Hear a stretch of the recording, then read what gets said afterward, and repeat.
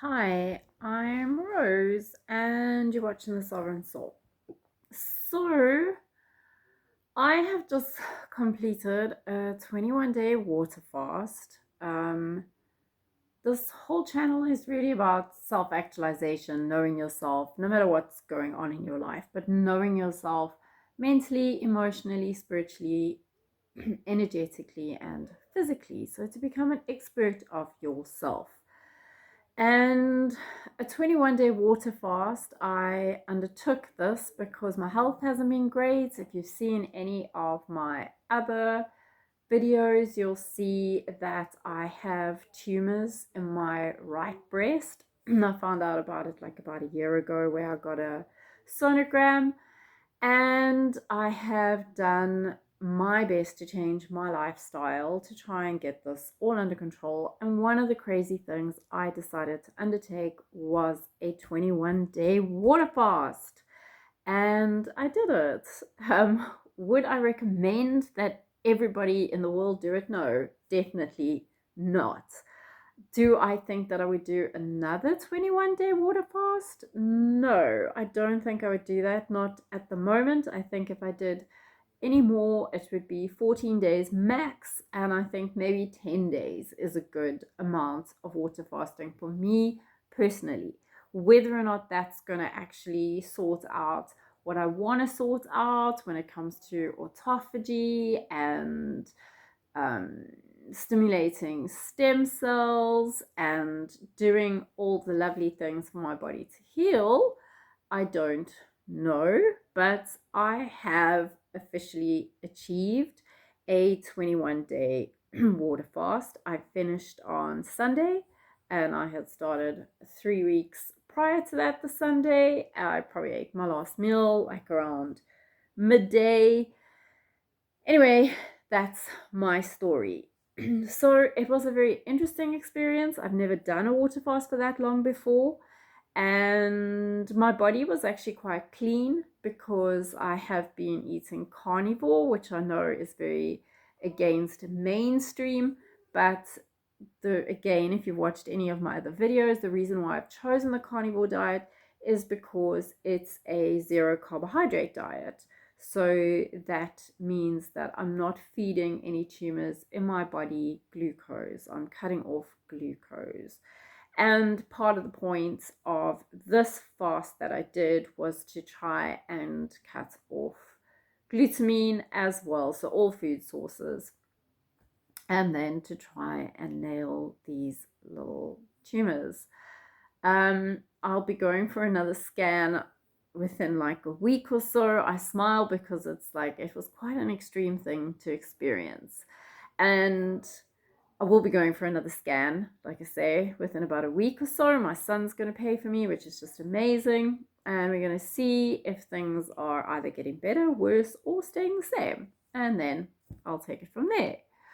But it's been a very interesting last 3 weeks.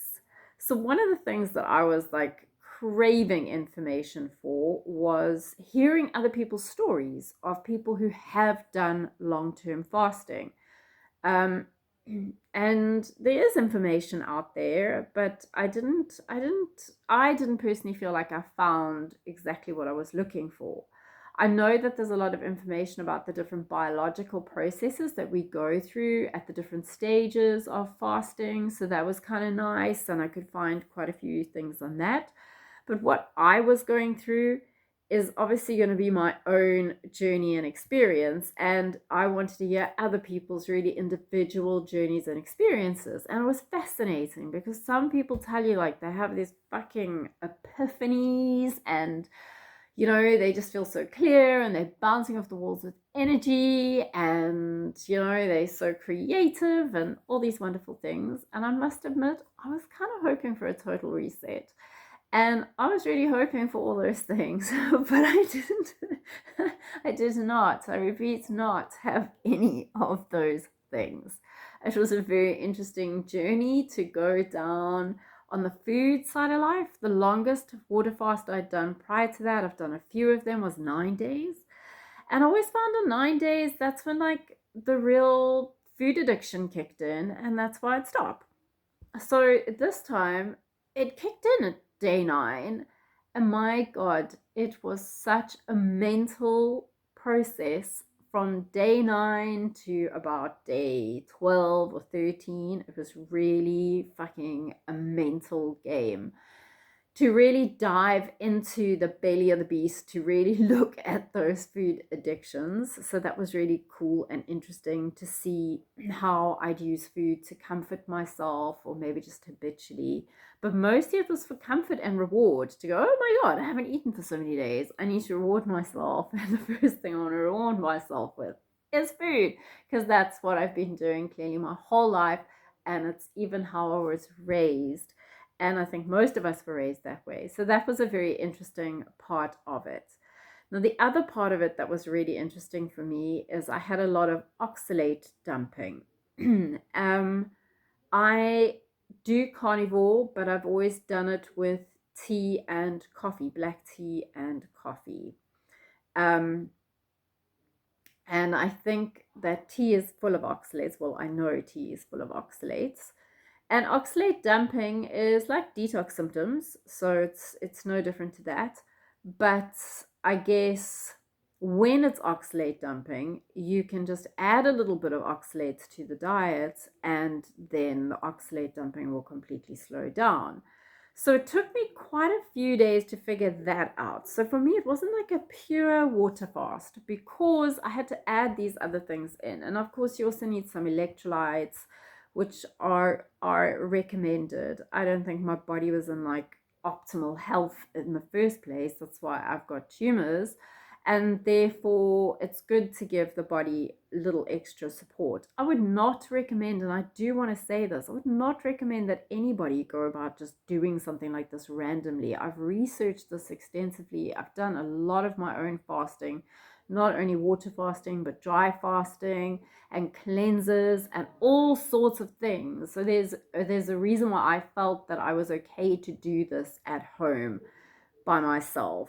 But I wouldn't recommend that people just randomly go about doing something like this. I've been researching fasting quite extensively for the last at least 8 years. So I do want to add that into the mix here. And it was challenging as fuck on my body. I have to say that 21 days was too long for me. And so I do want to reiterate that again and again. Don't do it for so long. If you've never done it before, you should really watch yourself. Depends on what your weight is and all sorts of things like that. But anyway, so oxalate dumping. I do jump around. I apologize. So I was experiencing massive oxalate dumping. It's the worst I've experienced in any time that I have ever fasted or detoxed before. And so much so that I couldn't sit, I couldn't lie down, and I sure as fuck couldn't sleep. And that was awful. So much so that on the second night where I couldn't sleep, I decided to take 2 paracetamol, and that worked. And I was able to sleep for a few hours, which was great. And then the next day, I went for a nice long walk, which definitely helped. I was taking in salt, which I know is also good. And maybe it was only on like about the 3rd day, I kid you not, where it dawned on me, hey man, I think this is oxalate dumping and I need to look into that. But before it's just like, oh, it's just the detox that I normally go through, but like I can normally sleep.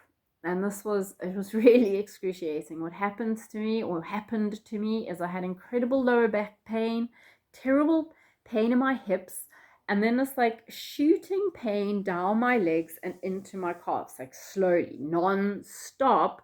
If I would sit down or lie down, that was when it was its worst, when I was lying down, but even like so, but bad when I was sitting. So I'd have to try to stay on my feet, but it was also like, the first few days of fasting. It started on like day 3, I think. So it wasn't about, my energy was still there and everything was still like okay. But I had to have Panado a few times. Panado is paracetamol. In South Africa we call Panado. Anyway, and so I did do that a couple of times. But I didn't want to, because the whole point is that I want to clean my body out. I don't want to be having pharmaceuticals. I wouldn't have it during the day. I would just deal with it during the day. And it was literally only if I couldn't sleep. And then I found out about this oxalate dumping, or I really went and looked into it because I thought like that's what's going on with me. And the suggestion is by this wonderful woman who has studied oxalates quite deeply and written an amazing book called Toxic Superfoods. Her name is Sally Norton, and she recommends that you take black tea with lemon juice and you drink that. And like you can make it quite strong with 2 tea bags. I just used one because I thought, well, my body should be relatively clean.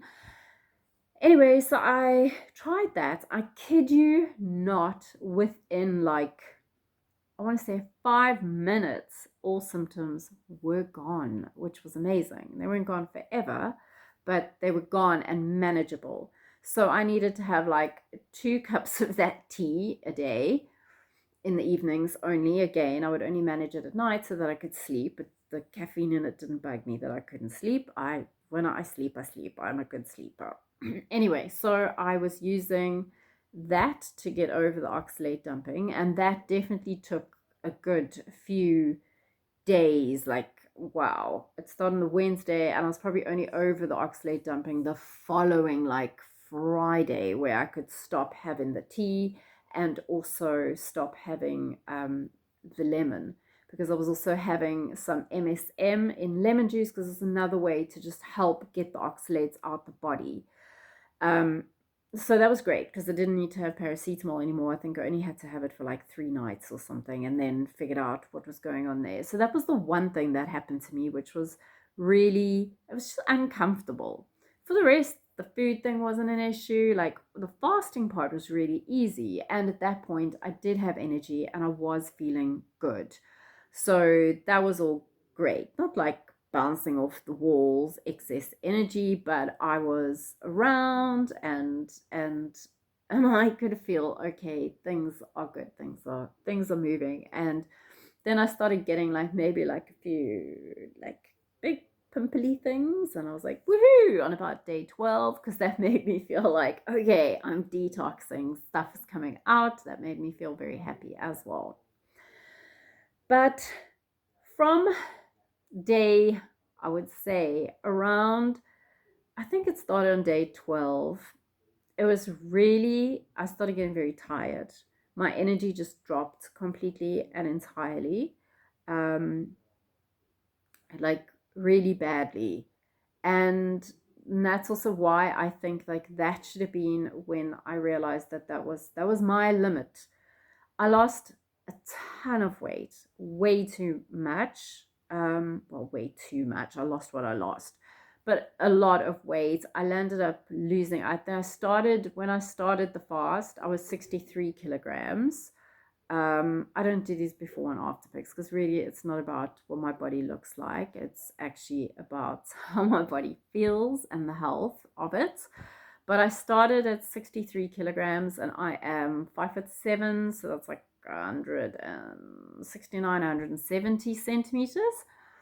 And when I finished on Sunday, I was weighing 52 kilograms. So I lost 11 kilos on this fast, which is a fuck ton. It's like half a kilo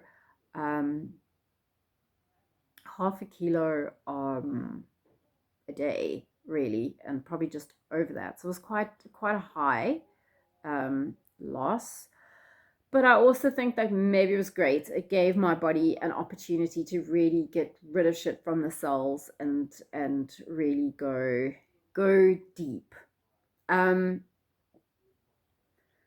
It didn't give me any of the experiences I thought I'd have, like massive mental clarity, huge amounts of energy, really feeling like a great cosmic connection, feeling like a bigger connection to my work. I didn't post on social media. I think the first week I had pre-recorded a bunch of podcasts, and I posted those, but I didn't do any videos. I didn't record any more podcasts. I was just totally fucking checked out, like disconnected. The only thing I felt connected to were my kids and my cat, and that was it. and that's just how I went through the process, but I allowed myself to go through that process.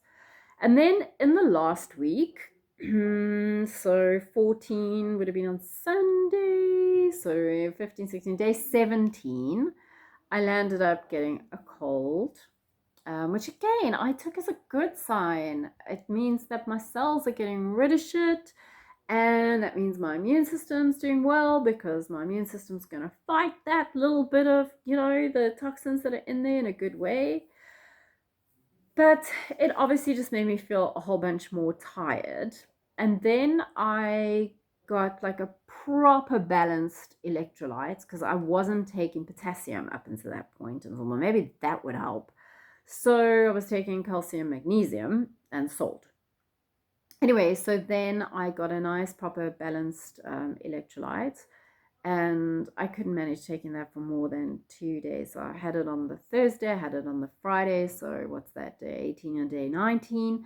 But by day 20, I was really not great. Like I say, my weight loss just didn't stop. It just kept going and going and going. And at that pace, when you're already so uh, so so thin, because it really did feel like a little bit emaciated. It wasn't nice.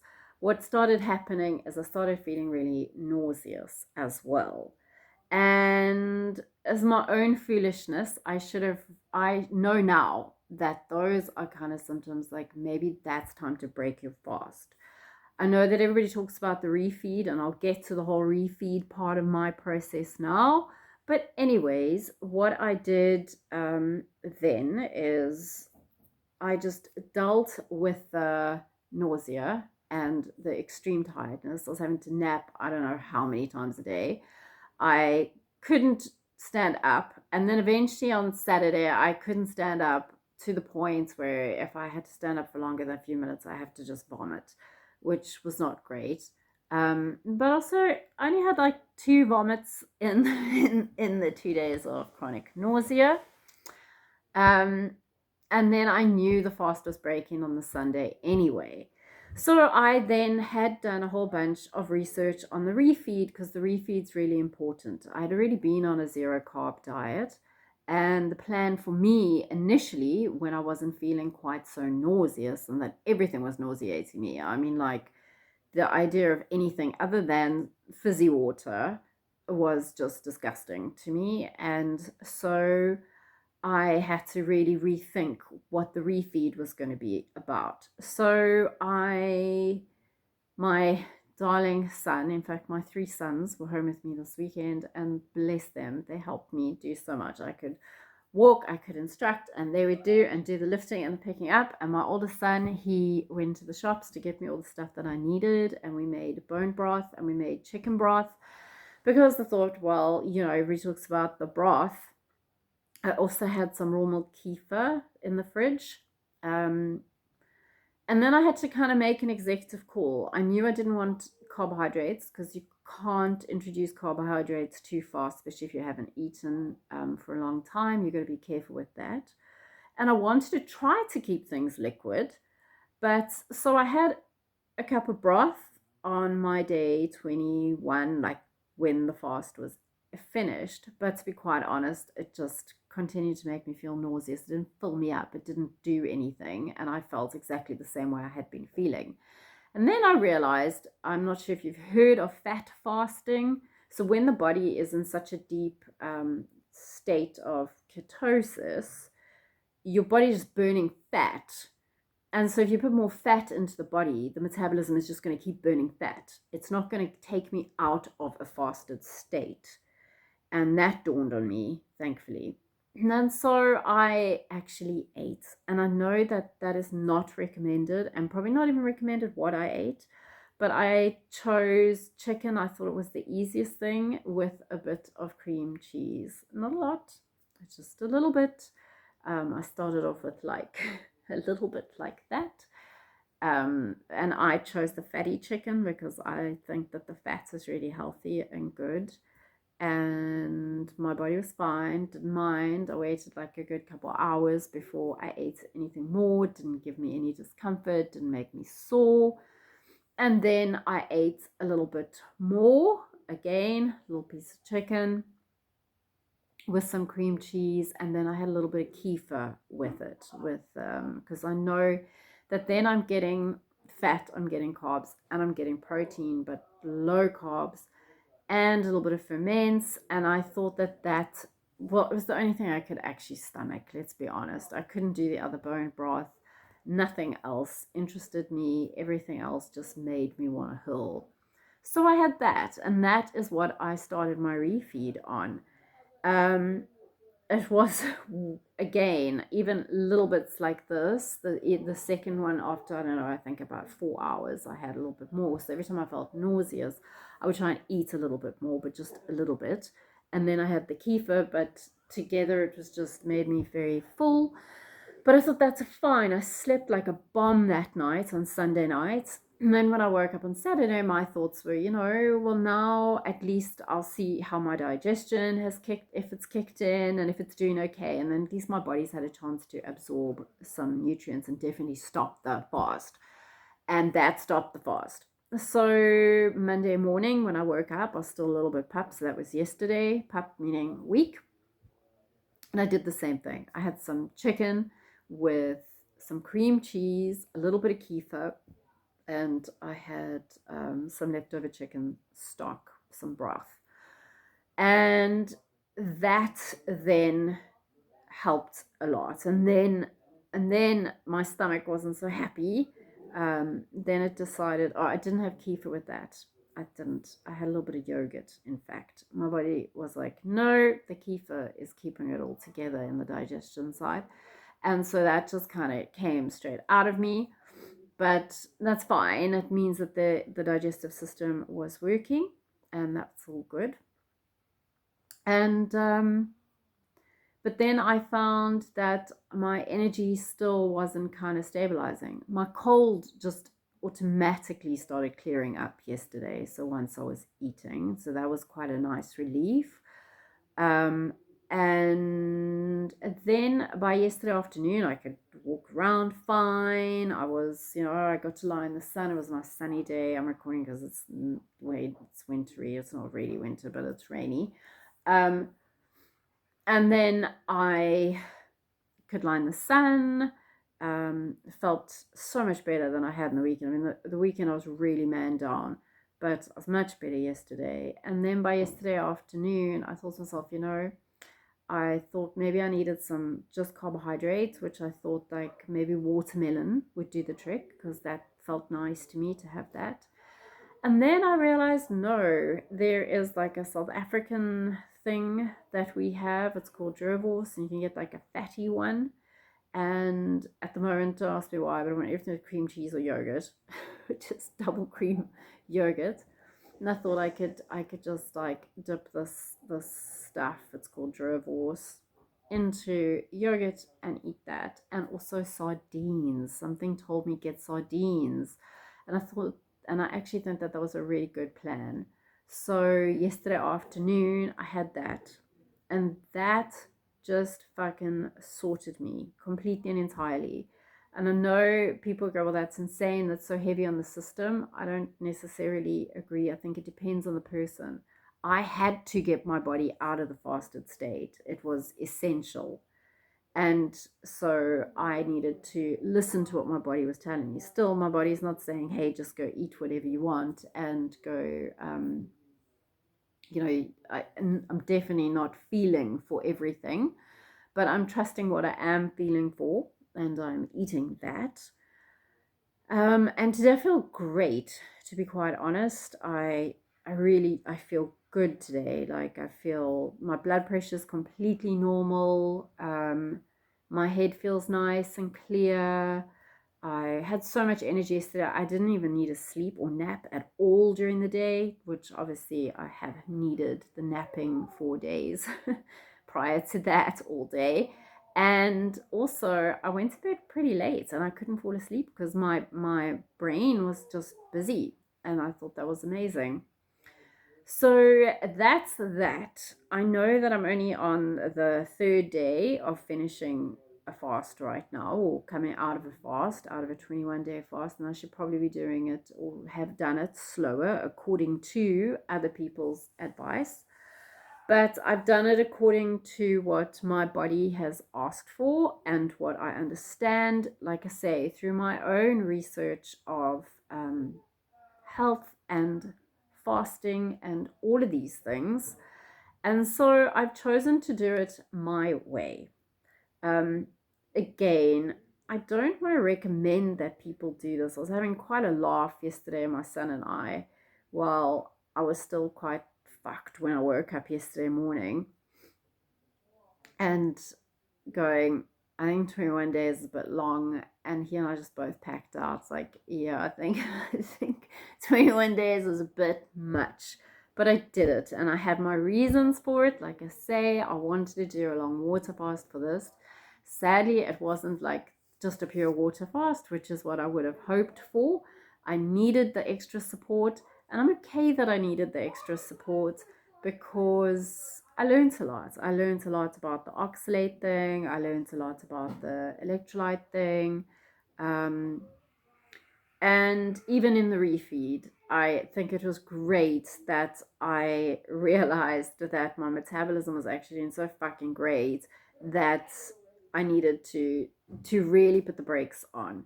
Um, Again, I wouldn't recommend that anyone put the brakes on with carbohydrates. I don't think that's a good idea because the body's in such a deep state of ketosis.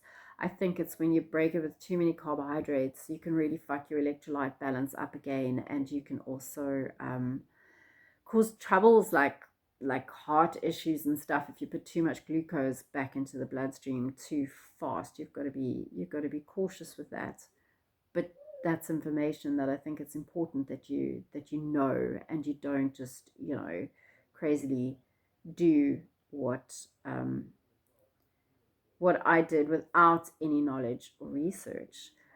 So I hope that this helps somebody. I hope that somebody finds this interesting. I hope that somebody, um, I don't know, maybe you're just curious to understand what it is to water fast and how it works. I mean, everybody does it differently. Some people do it with tea and coffee and lemon juice and apple cider vinegar and all those kinds of things. Oh, the other thing I did do through my fast was enemas because I certainly was not having any movements on my own. Some people do, and it's freaking unbelievable. Me, no, my body did not. It was like a hard no. So I actually did do enemas throughout as well because it just, you wanna be clean, and so I did do that. Um, and I did one big mistake. It was terrible. It just made me feel awful.